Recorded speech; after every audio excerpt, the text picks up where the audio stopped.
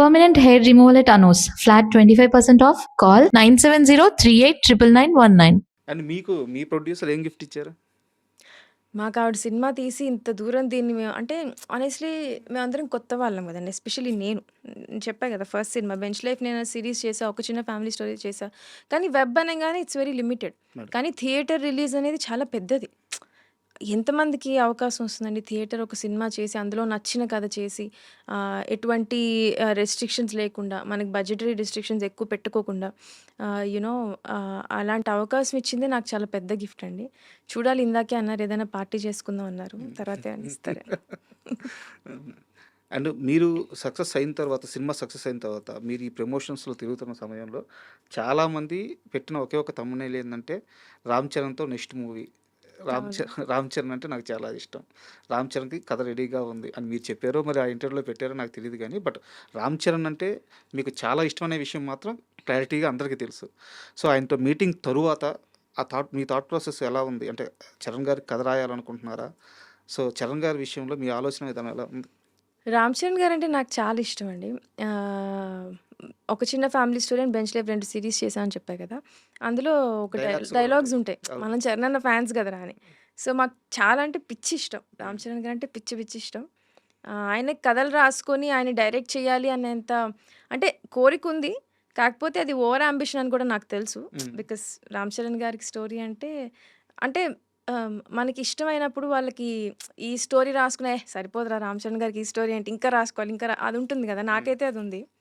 But ఏదైనా story అనుకున్నప్పుడు first మనకి నచ్చిన యాక్టర్ని ఫస్ట్ ఊహించేసుకుంటాం. అందులో మేము రామ్ చరణ్ గారిని అలా ఊహించేసుకొని చాలా కథలు అనేసుకుంటూ ఉంటాం.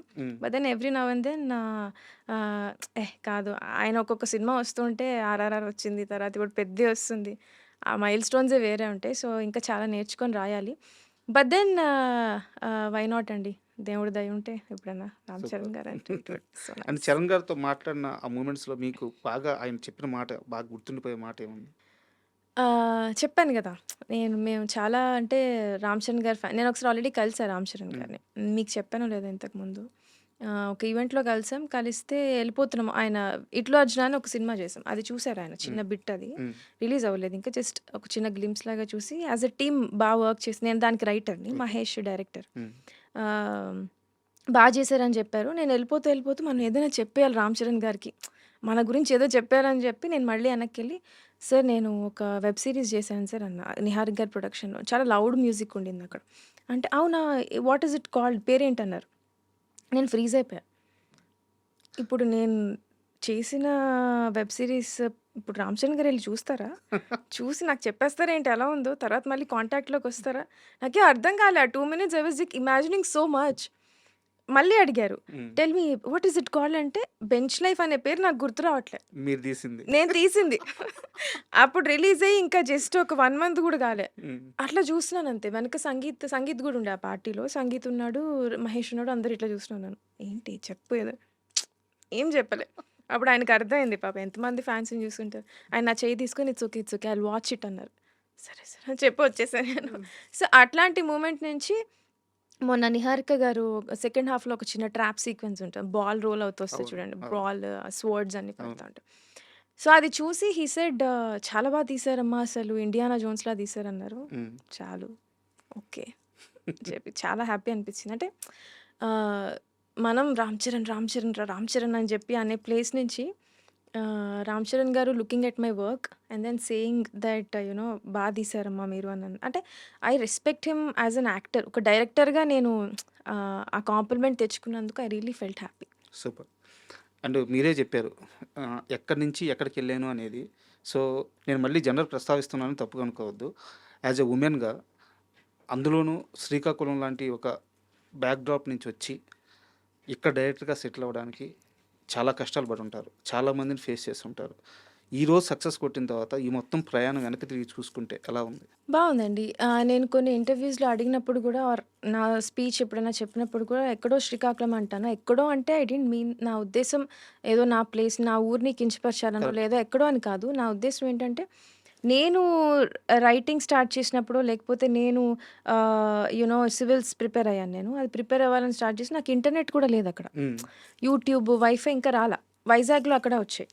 సో అక్కడ ఏంటి అనంటే ఆహ్, ఆహ్, యూ నో ఇంట్లో వాళ్ళని ఒప్పించి రావడం కూడా తక్కువ. ఆహ్, ఎప్పుడు డాక్టర్ అవ్వాలి, ఇంజినీర్ అవ్వాలి ఇటువంటి గోల్సే తప్ప ఈ ఇంటర్నెట్ స్ప్రెడ్ అవ్వచ్చు ఇవన్నీ మాకు ఆబ్వియస్‌లీ లేట్‌గా వస్తాయండి. హ్మ్. అటువైపు అండ్ ఆల్సో బయట కొన్ని కొన్ని సార్లు శ్రీకాకుళం అంటే అందరూ అని చెప్పను. ఎక్కడో దగ్గర కొంతమందికి హ్మ్. అందరూ మంచిగానే రిసీవ్ చేసుకున్నారు. చాలా కైండ్ ఉన్నారు గానీ, ఒక 5%, 6% పీపుల్‌కి చిన్న హేళనగా ఉండేది హ్మ్. ఒకప్పుడు. ఇప్పుడంత లేదులేండి. ఇప్పుడంతా తగ్గిపోయింది. ఒకప్పుడు అంటే ఆహ్, మేబీ ఒక 7, 8 ఇయర్స్. నా కాలేజ్‌లో కూడా నన్ను ఆహ్, ఎర్ర బస్ ఎక్కొచ్చావు. హ్మ్. ఇట్లాంటి చిన్న చిన్న కామెంట్స్ వచ్చేవి శ్రీకాకుళం అని. నేనదెప్పుడు బట్ స్టిల్ నా కజిన్స్ కొంతమంది ఏంటనంటే, మేము వైజాగ్ నుంచి వచ్చాం అని చెప్పుకునేవాళ్ళు. ఎందుకంటే బికాస్ ఆఫ్ చిన్న హేళన, చిన్న భయం ఉంటుంది గదా! హ్మ్. కానీ నేను శ్రీకాకుళం నుంచి వచ్చా. ఎర్ర బస్సా? అవును నాది ఎర్ర బస్సే ఏంటిప్పుడు చూసుకుందాం. ఇలా ఒక చిన్న ఉండేది. So, that is the reason I mention my place ఎక్కడికెళ్ళినా గూడా. మాది శ్రీకాకుళం. ఐ థింక్ ఇప్పుడు అందరూ హ్యాపీ ఉన్నారు. లైక్ మా శ్రీకాకుళం వాళ్ళ సపోర్ట్ నాకు బావుంది. ఎందుకంటే నాకు మెసేజ్ పెడుతూ ఉంటారు. వి ఆర్ వెరీ ప్రౌడ్ అని చెప్పి. సో, ఇప్పుడు వెనక్కి చూసుకుంటే బావుందండి. It's very nice. I'm glad that నా ఊరి పేరు మన రూట్స్ ఏదైతే ఎందుకంటే మా అమ్మమ్మ అక్కడి నుంచే శ్రీకాకుళంలోనే పుట్టి పెరిగింది మా అమ్మమ్మ గూడా. మేము అది వదులుకోకుండా we just carried it and ఎంతో కొంత నేను గర్వంగా కొంచెం చెప్పుకునేటట్టు ఒక ప్లేస్‌కొచ్చానని హ్యాపీగా ఉంది. నిజంగా అంటే మీరు చెప్పిన దానికి కంటిన్యూటీగా ఉత్తరాంధ్ర నేపథ్యమే చాలా గొప్పగా ఉంటదండి. ఎందుకంటే మనకి ఒక మహాప్రస్థానాన్నిచ్చిన శ్రీశ్రీ గాని, ఒక కన్యాశుల్కాన్నిచ్చిన గురజాడ అప్పారావు గాని, అవును. వంగపండు గారు అద్భుతమైన 300 పైగా అద్భుతమైన పాటలు రాశారు. వంగపండు గారు గాని, మహామహులు అక్కడి నుంచి ఆ ఉత్తరాంధ్ర ప్రాంతం నుంచి ఆ మట్టి నుంచి మట్టి పరిమాణాలను తీసుకొని పాటలుగా మార్చిన వ్యక్తులు వాళ్ళంతా. అవును. సో, అలాంటప్పుడు ఆ ప్రాంతం గురించి, ఆ మనుషుల గురించి గొప్పగా చెప్పుకోవడంలో తప్పేం లేదు. అవును. పైగా అది మీ ఊరు. అవునండి. మీరు పుట్టిన గడ్డ. సో, దాంట్లో తప్పే ఉంది. అవును. సో, ఆ విషయంలో మొత్తం proud of you madam. Thanks అండి. Thank you so much. And చాలామంది అడిగేది నెక్స్ట్ ఏంటి అని. హ్మ్. ఎందుకంటే ఇంత పెద్ద సక్సెస్ అయిన తర్వాత ఎమ్మడే మీకు ఎదురయ్యే ప్రశ్న ఇదే. నెక్స్ట్ ఏంటి అని. సో, మీరేమి రివీల్ చేయొద్దు గానీ, ఎలాంటి ఒక ప్లాన్ ఉంది? ఎలాంటి ఒక బిగ్గర్ అప్రోచ్‌తో ముందుకెళ్ళాలనుకుంటున్నారు? దాని విషయంలో ఏమన్నా మాట్లాడగలరా? అవునండి. నెక్స్ట్ ఏంటి అనంటే ఆహ్, ఒకటేనండి 'రాకాస' నేను చేశాక 'రాకాస' అనే గాదు ఒక చిన్న ఫ్యామిలీ స్టోరీ గూడా బేసిక్‌గా. ఆహ్, నేను థియేటర్‌లో సెకండ్ హాఫ్ కూర్చొని చూసా. హ్మ్. ఒక 4, 5 షోస్ చూసా.